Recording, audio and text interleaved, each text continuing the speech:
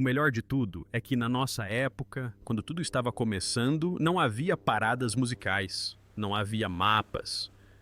Em 1980, Robert Plant fez uma escolha que lhe custou 800 milhões de dólares. Ele recusou a maior oferta da história da música e os fãs ainda não sabem o verdadeiro motivo, mas essa decisão foi apenas o começo de uma vida repleta de segredos. De um relacionamento proibido com a irmã de sua ex-esposa, um filho sobre quem ele mal fala e um padrão de perder todos que amou. Agora, aos 77 anos, Plant vive sozinho, com memórias dolorosas demais para compartilhar. A vida atual da lenda do rock não é apenas triste, é quase inacreditável. Robert Plant cresceu num mundo simultaneamente estável e incerto. Seu pai, Robert C. Plant, era um engenheiro civil qualificado que havia trabalhado em projetos importantes, como a construção de pistas de pouso durante a Segunda Guerra Mundial. A família morava em West Bromwich buscando um conforto de classe média, mas não estava totalmente estabelecida ali. A verdadeira tensão vinha de sua mãe Annie Celia Kane, que era descendente de ciganos. Essa herança conferia a Plant um senso de misticismo, folclore e o espírito errante dos forasteiros. Isso contrastava fortemente com o mundo ordenado de projetos e estruturas de seu pai. A vida na região conhecida como Black Country, assim chamada devido à fuligem e à fumaça que pairavam no ar por conta da indústria pesada, parecia cinzenta e áspera. As raízes de sua mãe lhe ofereceram um mundo diferente, repleto de cores e imaginação, que mais tarde moldaria suas letras com temas de mito e magia. Crescer dividido entre esses dois mundos tornou-se a luta definidora de seus primeiros anos. Conforme foi crescendo o conflito com os pais, tornou-se cada vez mais difícil de ignorar. Seu pai esperava que ele seguisse um caminho seguro e se tornasse um contador certificado, o que na Grã-Bretanha do pós-guerra era visto como o auge da respeitabilidade. Para Robert C. Plant, que havia trabalhado arduamente para ascender na carreira, a ideia de seu filho abandonar esse sonho era profundamente decepcionante. Mas Robert já havia encontrado algo mais que o consumia completamente. Ele descobrira o blues com seu poder bruto e honestidade emocional através de artistas como Muddy Waters, Howlin' Wolf e Sonny Boy Williamson II. A música falava de dor e desejo de maneiras que ele sentia profundamente, mesmo tendo crescido longe do mundo que ela descrevia. Ele gastava sua mesada em discos raros importados de uma loja de Birmingham chamada The Discovery, trancando-se no quarto para estudar cada som. Para ele não era apenas música, mas um estilo de vida que rejeitava a existência tranquila e segura que seus pais valorizavam. Aos 16 anos, ele já frequentava a King Edward VI Grammar School em Stourbridge. Para sua família, isso era uma conquista, motivo de orgulho, um trampolim para a universidade e um futuro respeitável. Mas Robert se sentia preso. As matérias que era obrigado a estudar, como latim e matemática, pareciam insignificantes em comparação com a força eletrizante do blues. Em suas próprias palavras, ele era uma peça quadrada num buraco redondo. Aos 16 anos, com apenas algumas aprovações no GC e O-Level, exame de nível médio da Irlanda, tomou a ousada decisão de abandonar a escola. Para seus pais, não foi apenas um erro, mas uma completa traição a tudo pelo que haviam trabalhado. Para ele, era o único caminho a seguir. Ele não estava apenas abandonando a escola, estava deixando para trás a vida que haviam planejado para ele. Pouco tempo depois, a tensão em casa chegou ao limite. Com apenas 16 anos, Robert partiu para sempre. Não foi uma grande aventura, mas um período difícil e incerto. Sem dinheiro e sem ter para onde ir, ele dormia no chão da casa de amigos, mudando-se constantemente, vivendo o tipo de vida nômade que outrora admirara nos músicos de blues que tanto amava. Sua namorada Maureen Wilson, um pouco mais velha, lhe dava apoio emocional e financeiro. Eventualmente, eles encontraram um pequeno apartamento juntos em Walsall, onde ela o ajudou a se manter enquanto ele perseguia o que parecia um sonho impossível. Entre 1964 e 1966, ele mal falou com os pais. Para sobreviver, aceitou trabalhos braçais pesados, sendo o mais exaustivo deles o de asfaltar estradas para a construtora Wimpey na região de West Midlands. O esforço físico o fortaleceu e lhe deu a garra que mais tarde se manifestaria em sua voz. Mesmo trabalhando nesses empregos exaustivos, suas noites eram dedicadas à música. Em 1966, ele se juntou a um grupo que lhe proporcionou seu primeiro contato real com o sucesso. Chamava-se Band of Joy e logo se tornou uma lenda em Birmingham e na região de Black Country. A banda incluía o baterista John Bonham, cuja performance poderosa combinava com os vocais intensos e indomáveis de Robert de uma forma eletrizante. Juntos, eles criaram um som que prenunciava algo muito maior. No palco, Robert, com seus longos cabelos loiros e presença marcante, ganhou o apelido de o Selvagem do Blues da região negra. A banda Band of Joy conquistou um público fiel na região e Robert se destacava como alguém único. No entanto, apesar de toda a sua energia, a banda nunca conseguiu um contrato com uma gravadora e ganhava pouco dinheiro. Eles tocavam em pubs e clubes lotados, mas muitas vezes recebiam pouco mais do que o equivalente a dinheiro para cerveja. Foi uma época de crescimento, mas também de profunda frustração. No verão de 1968, tudo mudou. Jimmy Page, o brilhante guitarrista dos Yardbirds, enfrentava uma crise. Sua banda havia se dissolvido em julho, deixando-o com contratos de turnê na Escandinávia e nos Estados Unidos no valor de cerca de $30 mil americanos. Se ele não conseguisse encontrar um novo grupo, rapidamente corria o risco de um desastre financeiro. Sua primeira escolha para a vocalista Terry Reid o recusou, mas Reid recomendou Robert Plant em seu lugar. Na época, Robert tinha apenas 20 anos e mal conseguia sobreviver ganhando cerca de $20 por semana. Para Page, conhecê-lo não foi um encontro casual. Foi uma busca desesperada por alguém que pudesse ajudá-lo a evitar a falência e o esquecimento.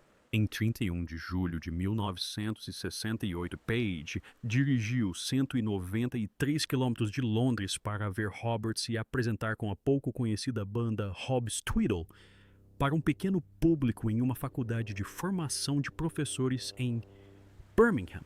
A apresentação de Robert naquela noite o impressionou profundamente. Ele cantou Somebody to Love do Jefferson Airplane e clássicos do blues com uma voz que abrangia 4 oitavas, movendo-se com uma presença como Page nunca tinha visto antes. Robert parecia emanar uma energia estranha, quase mística no palco. Page admitiu mais tarde que pensou que devia haver algo de errado com ele pessoalmente. Caso contrário, alguma grande banda já o teria contratado. A verdade é que as bandas londrinas haviam rejeitado Robert por considerá-lo pesado demais ou estranho demais para o mainstream. Naquela noite, Page soube que havia encontrado alguém extraordinário. No dia seguinte, Robert visitou Page em sua casa de barcos vitoriana em Pangbourne. A casa estava repleta de tapeçarias medievais, arte oriental e livros sobre ocultismo, criando o clima perfeito para o que se transformou em uma sessão que durou a noite toda. Robert havia trazido consigo discos raros de blues americano, incluindo a obra completa de Robert Johnson e gravações de Skip James que combinavam com a coleção do próprio Page. Eles ficaram acordados até as 4 da manhã trocando músicas e ideias. Em certo momento eles tocaram Babe, I'm Gonna Leave You, e a voz de Robert soou tão poderosa que pareceu fazer tremer as vigas de madeira da casa. Ao amanhecer, já haviam esboçado o início de músicas como Dazed and Confused e Communication Breakdown, canções que mais tarde renderiam milhões. Com Robert a bordo, Page se dedicou a completar a banda. Robert sugeriu trazer John Bonham, que na época ganhava $40 por semana com a banda de Tim Rose. A bateria de Bonham era tão poderosa que ele havia sido banido de alguns locais por rachar paredes com seu bumbo.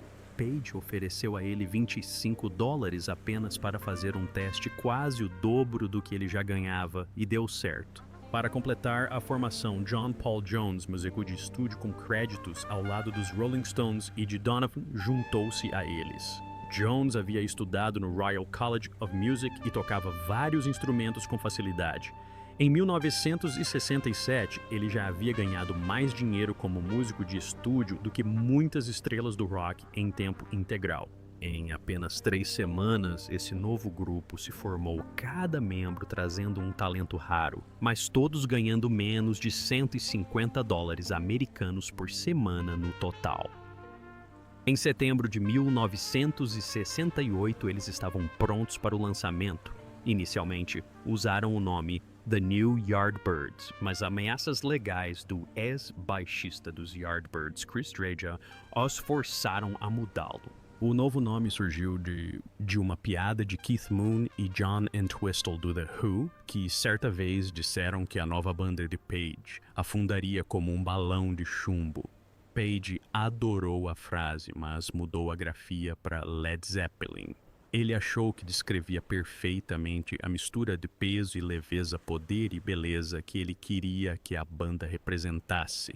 O primeiro álbum do Led Zeppelin, lançado em 1969, não apenas entrou nas paradas de sucesso, como explodiu na cena musical e mudou o rock para sempre. Em poucos meses após sua formação, a banda já vendia mais discos que artistas consagrados e estabelecia o som que mais tarde definiria o heavy metal.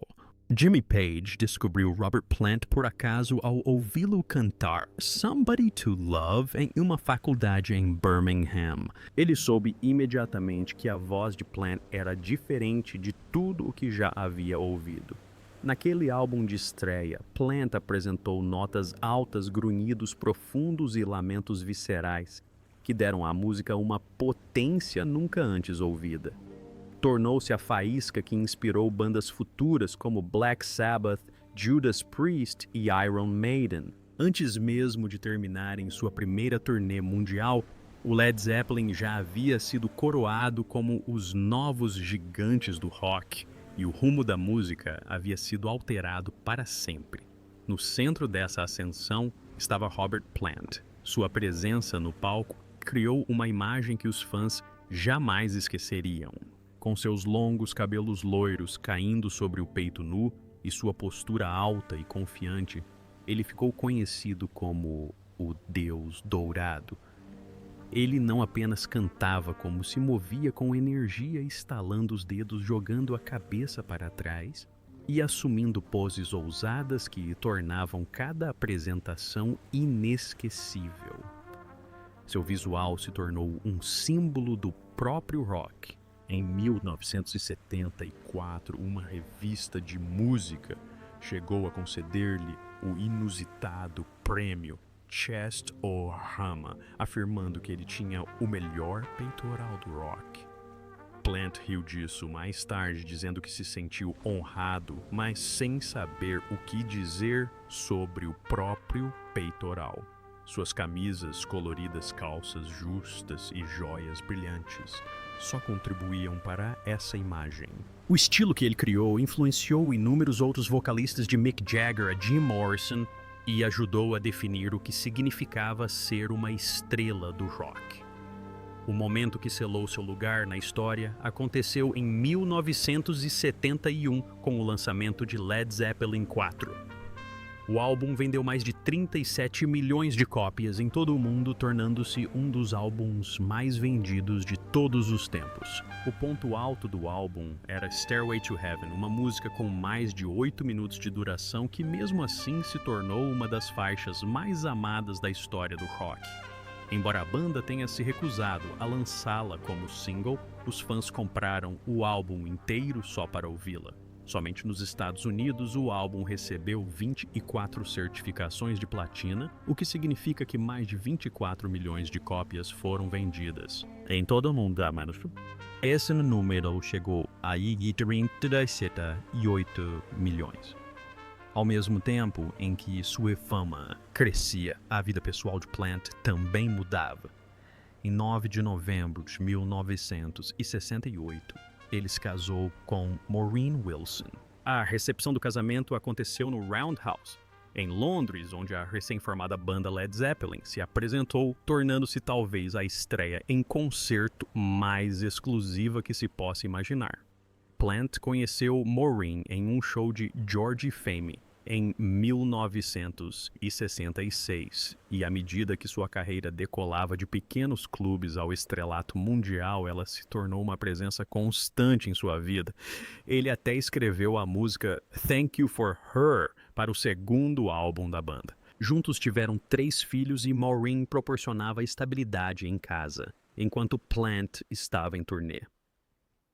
Naqueles primeiros anos, o casamento deu a Plant uma rara sensação de vida normal em meio ao caos da fama no rock. Mas a vida na estrada não era isenta de escândalos. Em julho de 1969, ocorreu o chamado Incidente do Tubarão da Lama, no Edgewater Inn, em Seattle. De acordo com Carmine Appice, do Vanilla Fudge, que mais tarde confirmou o ocorrido em suas memórias, membros do Led Zeppelin e do Vanilla Fudge se envolveram em um encontro chocante com uma groupie de 17 anos e um peixe retirado da Bahia. A história ganhou mais atenção quando Frank Zappa a recontou em um álbum ao vivo de 1971. Durante anos foi considerado um mito, mas a confirmação anos depois o consolidou como uma das histórias mais extraordinárias da história do rock. O evento aconteceu durante a primeira grande turnê do Led Zeppelin pelos Estados Unidos, o que o torna ainda mais surpreendente, já que a banda ainda estava tentando construir uma reputação sólida. Os próprios sentimentos de Plant sobre os excessos do estilo de vida do rock mudaram com o tempo. Em 1975, ele estava incomodado com a crescente cultura groupie em Los Angeles, especialmente ao ver garotas cada vez mais jovens sendo atraídas para elas. Ele escreveu sobre isso na música Sick Again, onde expressou sua tristeza e frustração. Em entrevistas, ele falou sobre estar desiludido com a cena, dizendo que o que antes era emocionante agora parecia superficial e errado.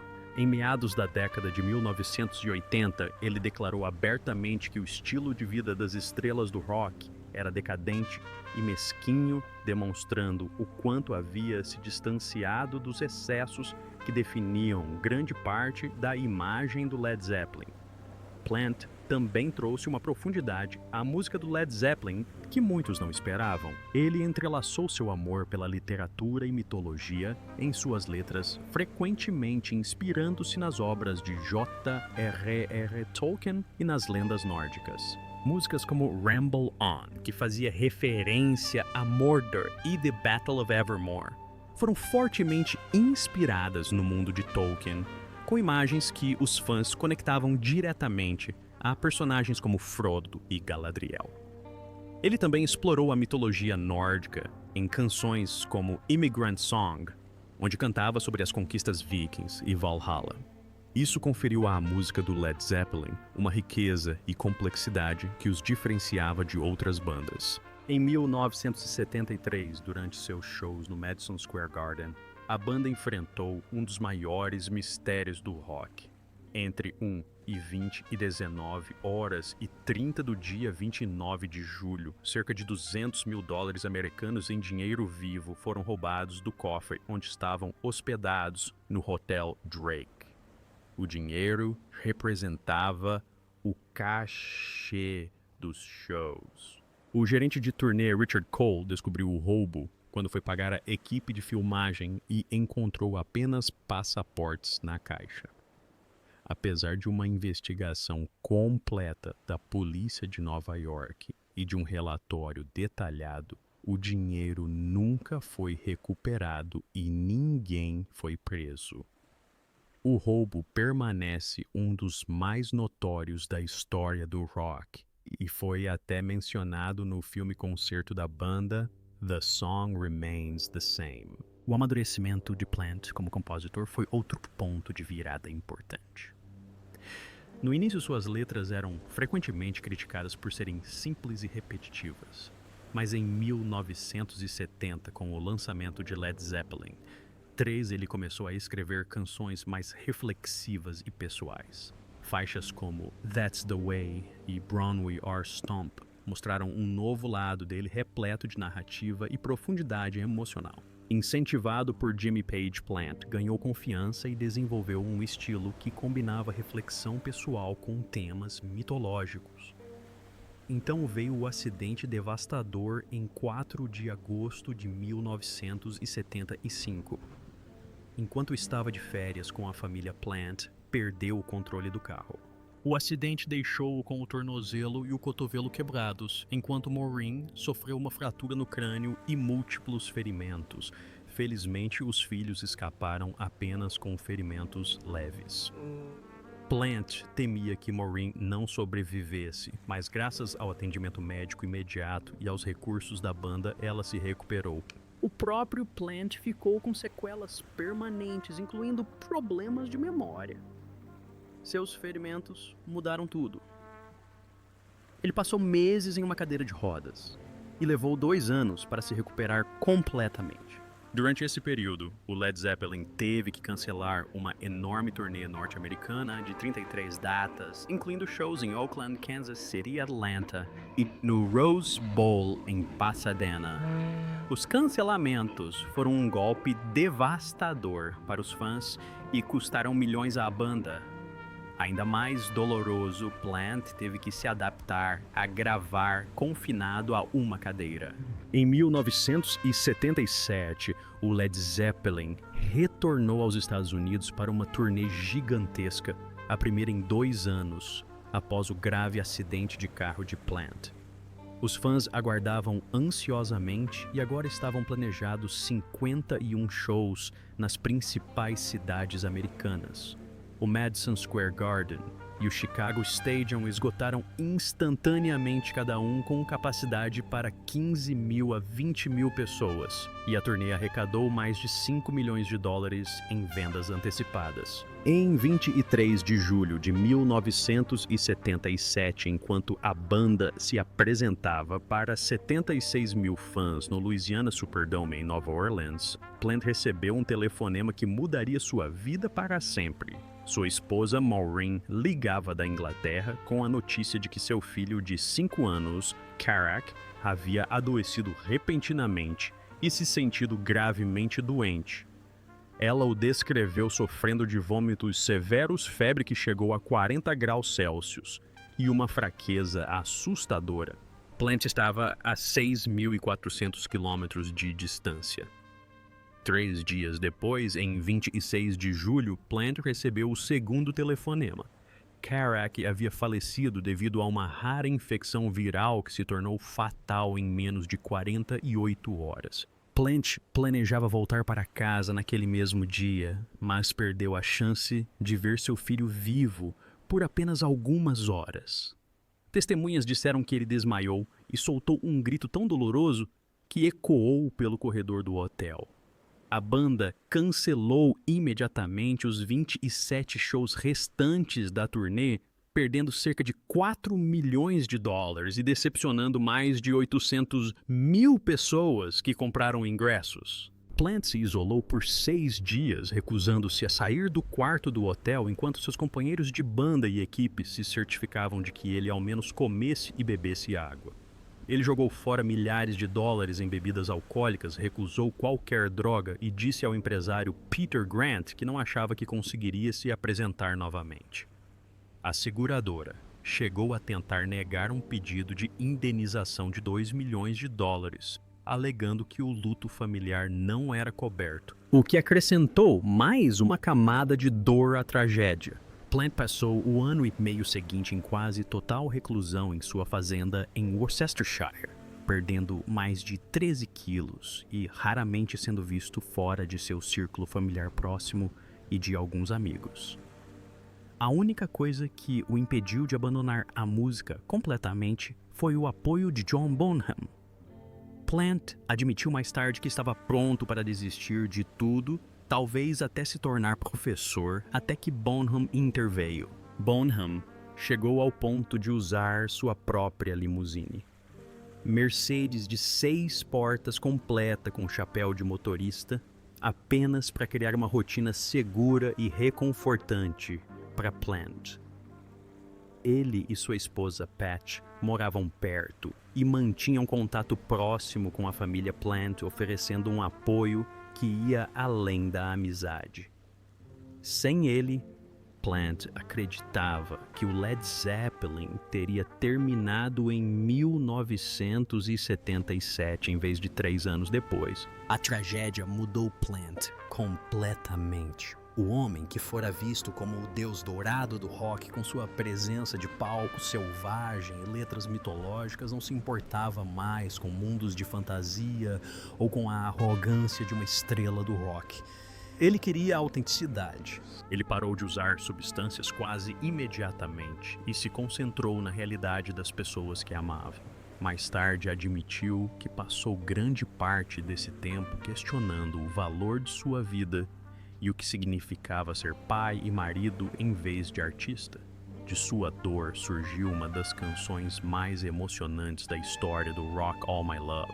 Plant escreveu a música como uma homenagem direta a Cara, dizendo que era uma forma de retribuir a alegria que seu filho havia proporcionado a ele e a sua família. Ele gravou os vocais em uma única fita sem poder revisitar aquela emoção crua mais de uma vez. A canção era diferente de tudo que o Led Zeppelin havia feito antes, construída em torno do sintetizador Yamaha GX, um de John Paul Jones, sem nenhuma participação de Jimmy Page. Foi uma das 2 únicas músicas do Led Zeppelin que não foram coescritas por Page, o que demonstra o quão pessoal ela era para Plant. Mais tarde, ele afirmou que foi um dos melhores momentos da banda. Quando a banda gravou In Through the Outdoor em Estocolmo no final de 1978, a diferença ficou evidente. Jimmy Page e John Bonham frequentemente se ausentavam devido ao vício, deixando Plant e Jones responsáveis pela maior parte da composição. A nova perspectiva de Plant moldou todo o álbum, que alcançou o primeiro lugar na Billboard 200 e lá permaneceu por semanas. Em 1980, o alcoolismo de John Bonham havia atingido um nível impossível de esconder. Durante a turnê europeia do Led Zeppelin em junho e julho daquele ano, os sinais de alerta eram claros. Em um show em Nuremberg, ele desmaiou no meio da 3ª música. A banda alegou que ele simplesmente havia comido demais, mas a imprensa rapidamente apontou o álcool como a verdadeira causa. O incidente foi tão grave que ele precisou ser levado ao hospital. A revista Rolling Stone relatou posteriormente que ele havia superado recentemente o vício em heroína e estava tomando medicamentos para ansiedade e depressão ao mesmo tempo. Somado ao seu consumo excessivo de álcool, era uma combinação perigosa. Aqueles que lhe eram próximos percebiam que ele estava à beira do abismo, mas ninguém conseguia impedi-lo. Em 24 de setembro de 1980, começou o que se tornaria o dia mais trágico de sua vida. Rex King, um assistente do Led Zeppelin, o buscou para levá-lo aos ensaios no Bray Studios. No caminho, Bonham pediu para parar para tomar café da manhã. Nessa única refeição, ele bebeu 4 vodkas Screwdriver quádruplas. Isso significava 16 doses de vodka, cerca de 400 a 560 mililitros de álcool puro, tudo antes do meio-dia. Robert Plant lembrou-se mais tarde de Bonham dizendo: "Cansei de tocar bateria. Todo mundo toca melhor do que eu." Num momento estranho e quase profético, Bonham chegou a dizer a Plant: "Quando chegarmos ao ensaio, você toca bateria e eu canto", antes de arrancar o quebra-sol do carro e jogá-lo pela janela. No estúdio, ele continuou bebendo muito durante a tarde e a noite, sem dar descanso ao seu corpo. No dia seguinte, 25 de setembro, veio a notícia devastadora. Por volta das 13 horas e 45 minutos, John Paul Jones e o road manager Benji Lefebvre o encontraram morto na casa de Jimmy Page em Windsor, a Old Mill House em Clewer.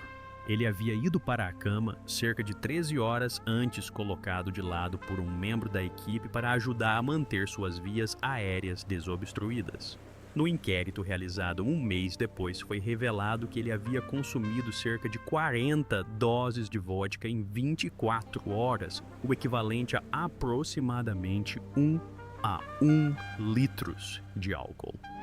Seu exame de sangue apresentou um nível de álcool de 276 miligramas por 100 mililitros, uma quantidade que o legista considerou incompatível com a vida. Ele se engasgou enquanto dormia porque o álcool havia entorpecido seus reflexos.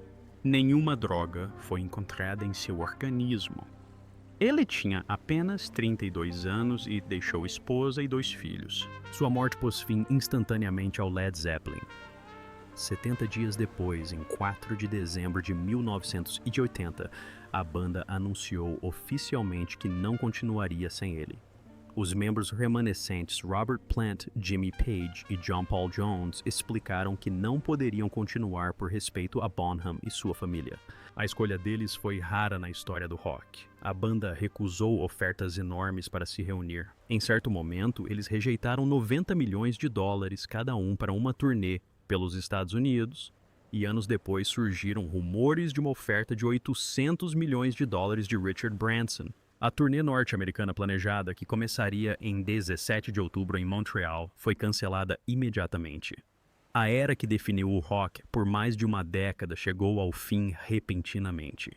Para Robert Plant, a morte de Bonham aos 32 anos deixou um vazio que parecia impossível de preencher. Naquele momento, Phil Collins entrou em cena. Collins, que já estava em ascensão com sua própria carreira solo, disse a Plant: "O cara que ficou atrás de você por todos esses anos era meu herói. Ele tocou bateria em 5 das 8 músicas do primeiro álbum solo de Plant, Pictures at 11, e até o acompanhou em turnê em 1983. Plant afirmou posteriormente que Collins não lhe deu tanto conselhos, mas sim o encorajamento e o apoio de que precisava para se reerguer sozinho. O álbum Pictures at 11, lançado em 25 de junho de 1982 nos Estados Unidos e em 2 de julho no Reino Unido, provou que Plant podia ter sucesso sem o Led Zeppelin. Alcançou o 2º lugar no Reino Unido e o 5º lugar na Billboard 200 dos EUA, conquistando disco de platina nos EUA e no Canadá e disco de ouro na Austrália. A crítica elogiou o álbum, com a Rolling Stone observando como Plant transformou ambições modestas em um grande evento.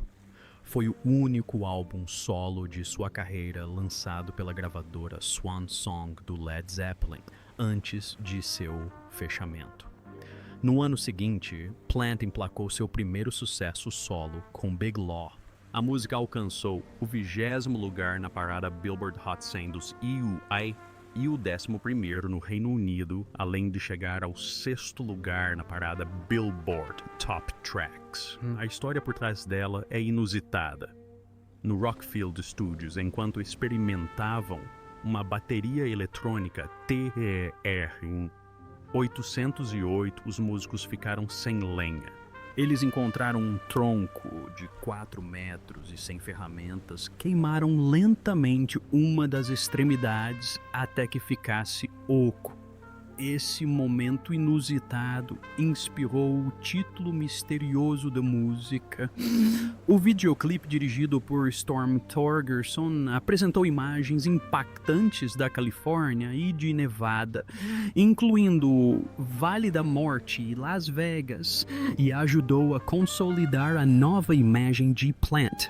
A carreira de Plant estava em ascensão, mas sua vida pessoal estava desmoronando. Seu casamento com Maureen Wilson, com quem se casara em 1968, terminou em 1983. Ela estivera ao seu lado durante sua ascensão à fama, a morte de seu filho de 5 anos, Karak, em 1977, e o colapso do Led Zeppelin em 1980. Mas as exigências da carreira solo de Plant, com suas constantes turnês, provaram ser demais.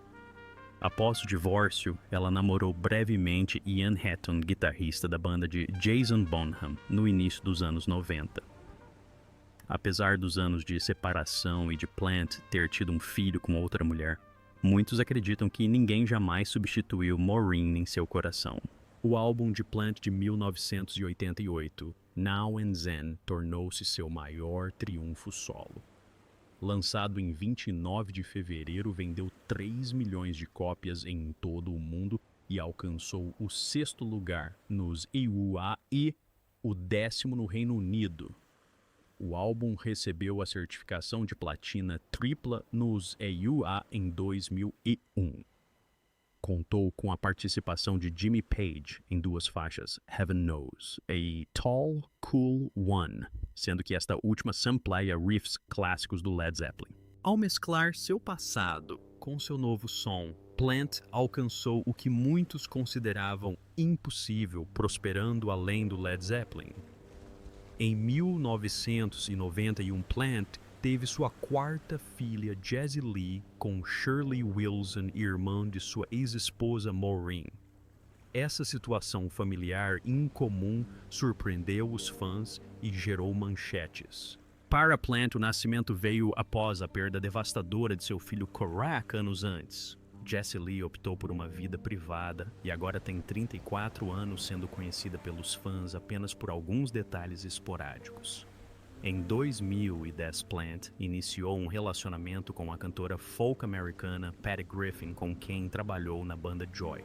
Eles passaram vários anos dividindo seu tempo entre o Texas e a Inglaterra, mas as diferenças culturais se provaram insuperáveis. Plant admitiu ter sentido tristeza e arrependimento quando se separaram em 2014. Um de seus projetos mais aclamados foi lançado em 2007, quando colaborou com Alison Krauss no álbum Raising Sand. Contra todas as expectativas, o álbum varreu o Grammy de 2009, vencendo em todas as 5 categorias para as quais foi indicado, incluindo Álbum do Ano e Gravação do Ano. Foi um triunfo inesperado que mostrou que a música de Plant ainda podia ultrapassar fronteiras décadas depois do Led Zeppelin.